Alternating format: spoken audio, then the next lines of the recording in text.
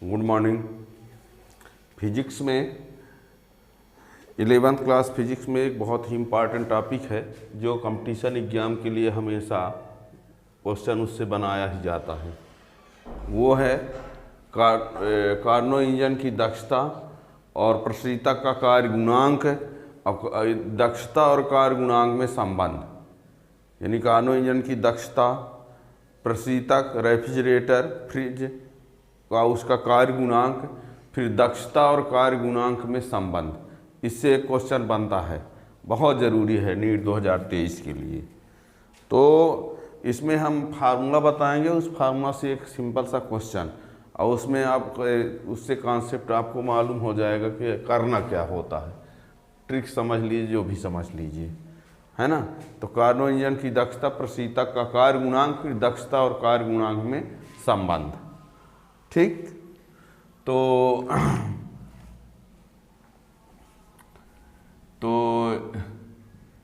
Karnaugh engine की दक्षता है ना, फार्मूला सवाल। कार्नो इंजन की दक्षता ईटा बराबर होता है 1 - T2 अपान T1। ये कार्नो इंजन की दक्षता ईटा बराबर होता है 1 - T2 अपान T1। और उसमें प्रशीतक का कार्य गुणांक, रेफ्रिजरेटर प्रशीतक का कार्य गुणांक बीटा बराबर होता है T2 अपान T1 माइनस T2। और फिर इन दोनों में संबंध क्या है? कार्य गुणांक एवं दक्षता में संबंध। तो ये फार्मूला है बीटा इक्वल टू 1 - ईटा अपान ईटा। ठीक है। यहाँ पर ये थोड़ा सा ये बता दें, T1 जो होता है वो उच्च ताप होता है और T2 जो है वो क्या होता है? निम्न ताप। याद रखना, चाहे वो कार्य गुणांक वाला हो चाहे दक्षता वाला हो, जो मान बड़ा रहेगा उसको आप T1 लेंगे, जो मान छोटा रहेगा उसको लेंगे T2। याद रहेगा, जो मान बड़ा रहेगा उसको T1 कहना, जो छोटा रहेगा उसको T2 कहना, ये याद रखना। और फिर उससे सॉल्व करना है, चाहे वो कार्नो इंजन की बात हो चाहे प्रशीतक की बात हो। जो ताप ज़्यादा रहेगा उसको T1 लोगे और जो ताप कम रहेगा उसको T2, और उसके फिर क्या कर देंगे? सॉल्व कर देंगे। ठीक है ना। तो ये कार्नो इंजन की दक्षता, ये प्रशीतक का कार्य गुणांक और ये कार्य गुणांक एवं दक्षता में संबंध बहुत ही इम्पॉर्टेंट है, बताए दे रहे हैं। और इसमें आपसे क्वेश्चन दिया जाएगा कि कोई कार्नो इंजन है, इतने इतने तापों के बीच कार्य कर रहा है। कोई कार्नो इंजन इतने इतने तापों के बीच कार्य कर रहा है तो उसकी दक्षता कितनी होगी, है ना। अब यह एक प्रशीतक है, वो इतने इतने के बीच कार्य कर रहा है, इतने इतने ताप के बीच कार्य कर रहा है, तो उसका कार्य गुणांक कितना होगा। या आपको दक्षता दिया रहेगा तो कार्य गुणांक, या कार्य गुणांक दिया रहेगा तो दक्षता लाने के लिए भी पूछ सकता है। ठीक है ना। अब यहाँ T1 क्या होगा? उच्च ताप, T2 क्या होगा? निम्न ताप। अब बीटा क्या है? कार्य गुणांक है, और ईटा क्या है? दक्षता है। ठीक है ना। और इसमें ये बता दें, चाहे कार्य गुणांक हो चाहे दक्षता हो, उनका किसी का मात्रक नहीं होता है। ठीक है ना। और बता दें, ताप को केल्विन में बदलकर हल करने में आसानी रहती है।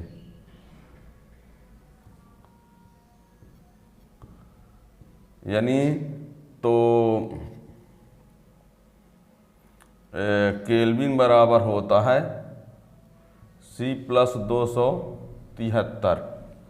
ये यानी सेल्सियस में कोई मान दिया रहेगा तो उसको केल्विन में लाना है तो आपको ये कर देना है, ठीक है ना। टी को केल्विन में बदल कर हल करने में आसानी रहती है। जो ताप रहेगा उसको किस में बदल लेना चाहिए, केल्विन में, तो आसानी रहेगी। तो इन बातों को ध्यान रखना। इंजन की दक्षता ईटा बराबर 1 - T2/T1 है ना।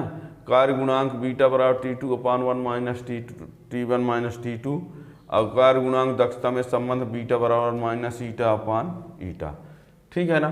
तो हम एक सवाल इससे बता रहे हैं, एक इससे बता रहे हैं, और इससे भी कोई सवाल आप चाहो तो कर सकते हो जब दिए रहेगा तो, ठीक है ना। तो देखिए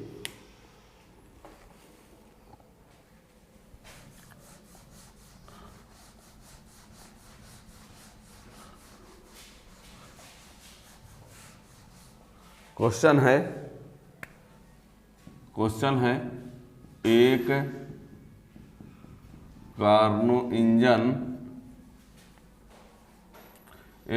इंजन भाप बिंदु और बर्फ बिंदु के बीच कार्य करता है।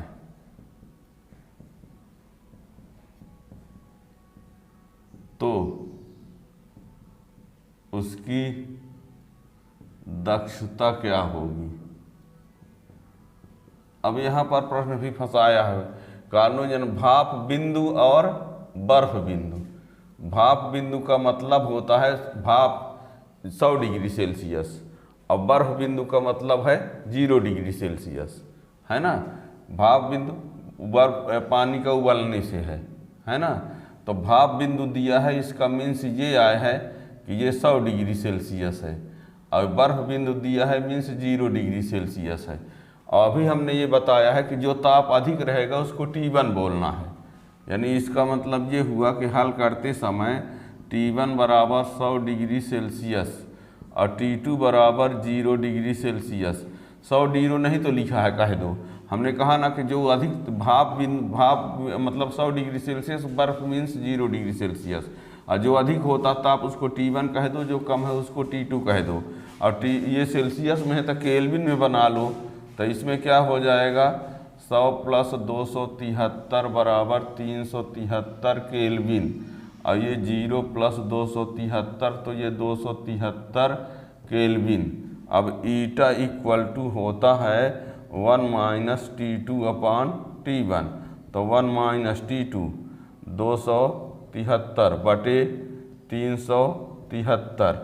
इसी को आगे हल करते हैं तो क्या हो जाएगा, 373 - 273 बटे 373, तो 100 बटे 373। इसको भाग कर देते हैं, कितने बार जाएगा, नहीं जाएगा तो पहले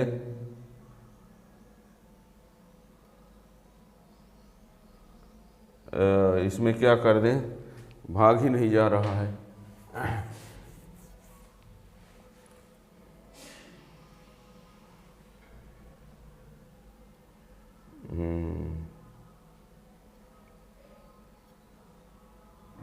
जीरो,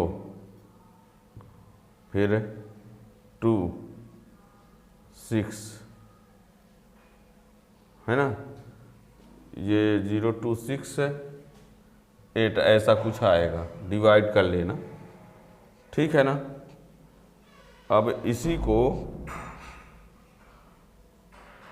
ये आया, इसी को यदि हम परसेंट में लिखना चाहें तो 26.8/100 कर सकते हैं, यानी 26.8% इसकी दक्षता, ठीक है ना। परसेंट में लाएंगे, परसेंट में लाना है मतलब नीचे 100 हम करना चाहते तो नीचे 100 कब आएगा, जब ये पॉइंट यहाँ कर देंगे, है ना, तो ये 100 हो जाएगा ना। तो ये इसको यानी इसको ऐसा किया क्यों हमने, परसेंट में लाने के लिए।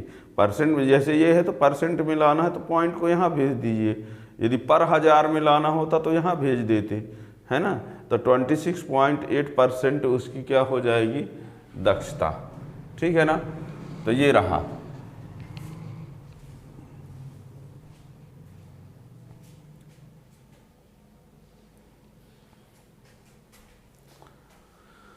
अब यहाँ पर एक कार्नो इंजन की दक्षता, कार्नो इंजन भाप बिंदु और बर्फ बिंदु के बीच कार्य करता है, उसकी दक्षता, तो आपने इसको क्या कह दिया, T1 कह दिया, इसको T2 कह दिया।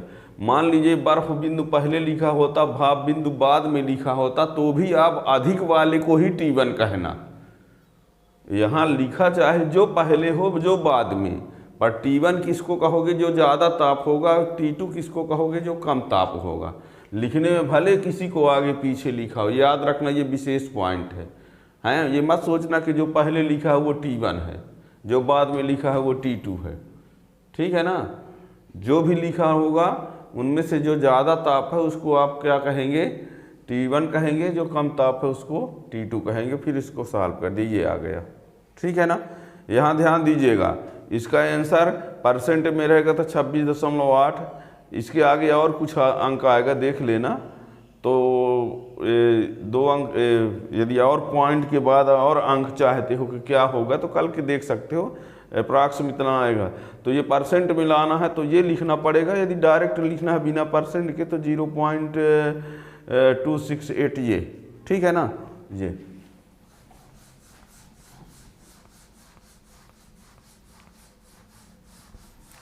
अब एक प्रशीतक वाला देख लो।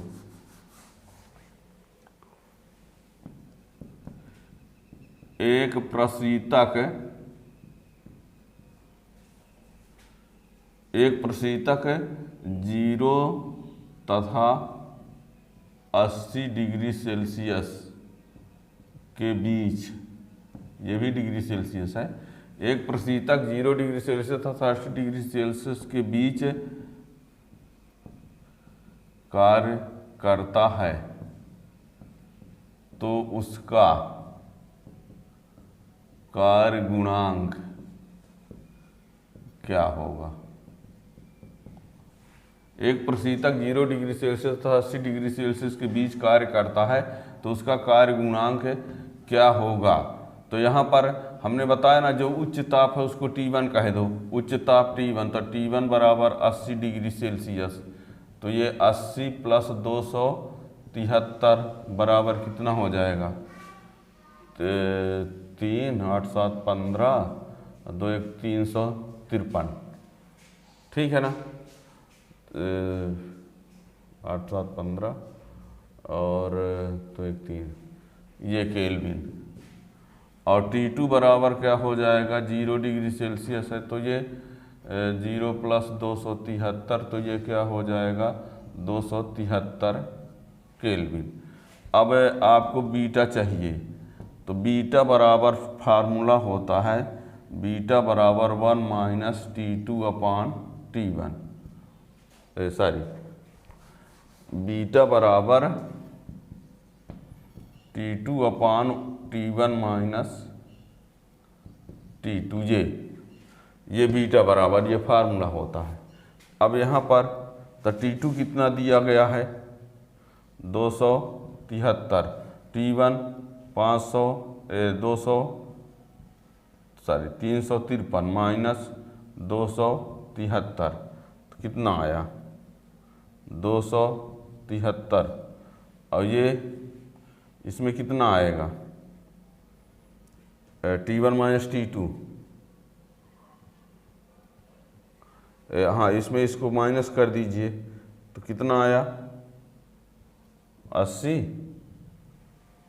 अब ये कितने बार जाएगा, 8 3 24, 3.14, ये आ गया। तो 3.14 इसका क्या आ गया, कार्य गुणांक, ठीक है ना। तो एक प्रशीतक कितने डिग्री सेल्सियस 30 डिग्री से बीच कार्य करता है तो उसका कार्य गुणांक ज्ञात कीजिए। ऑल ओवर हमने ये बता दिया, दोनों का आप फार्मूला जानिए। अब फार्मूला के बाद आपको ये बता दिए कि जो अधिक ताप होता है उसको T1 मानिए, चाहे जो लिखा पहले जो भी लिखा हो, है ना। अब भाप बिंदु का मतलब होता है 100 डिग्री सेल्सियस, बर्फ बिंदु का मतलब होता है जीरो, ठीक है ना। अधो बिंदु और ऊर्ध्व बिंदु भी बोल सकता है। तो अधो बिंदु माने क्या होता है, जीरो, और ऊर्ध्व बिंदु माने 100 डिग्री सेल्सियस में अधो बिंदु और ऊर्ध्व बिंदु।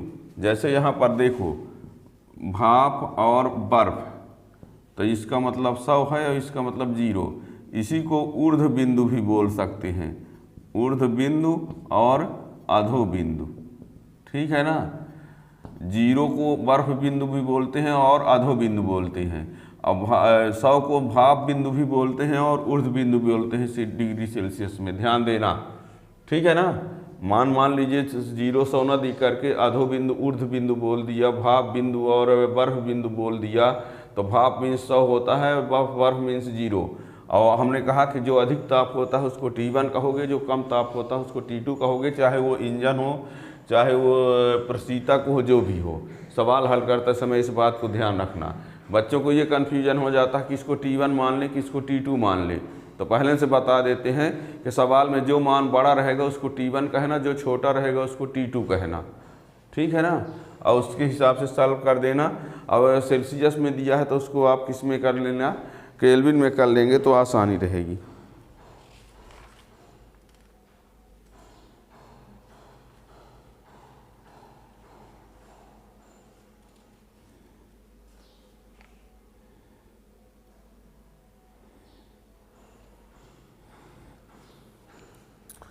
और ये तो जानते हो किसी भी इंजन की दक्षता 100% नहीं हो सकती, किसी भी इंजन की दक्षता 100% नहीं हो सकती। 100% मतलब नहीं हो सकती, मतलब उसकी दक्षता 1 नहीं हो सकती, ये याद रखना। अब कार्य गुणांक और दक्षता में संबंध जो बताया गया है उस फार्मूला से भी आप सवाल लगा सकते हैं। जैसे आपको कार्य गुणांक दिया रहेगा और दक्षता लाना हो, या दक्षता दिया हो कार्य गुणांक, तो उसका हमने फार्मूला बताया है कि beta equal to 1 minus eta अपान ईटा। ये दिया हो तो ये ला सकते हो, ये दिया हो तो ये ला सकते हैं। तो इससे भी सवाल है ना। तो इससे भी कोई सवाल के लिए आप अगले वीडियो को आप चैनल को सब्सक्राइब कर लीजिए, तो उसका हम एक वीडियो इसका बनाएंगे जिसमें कार्य गुणांक और दक्षता से संबंधित सवाल रहेगा। तो चैनल को सब्सक्राइब किए रहेंगे तो उसका नोटिफिकेशन आपको मिल जाएगा। Thank you.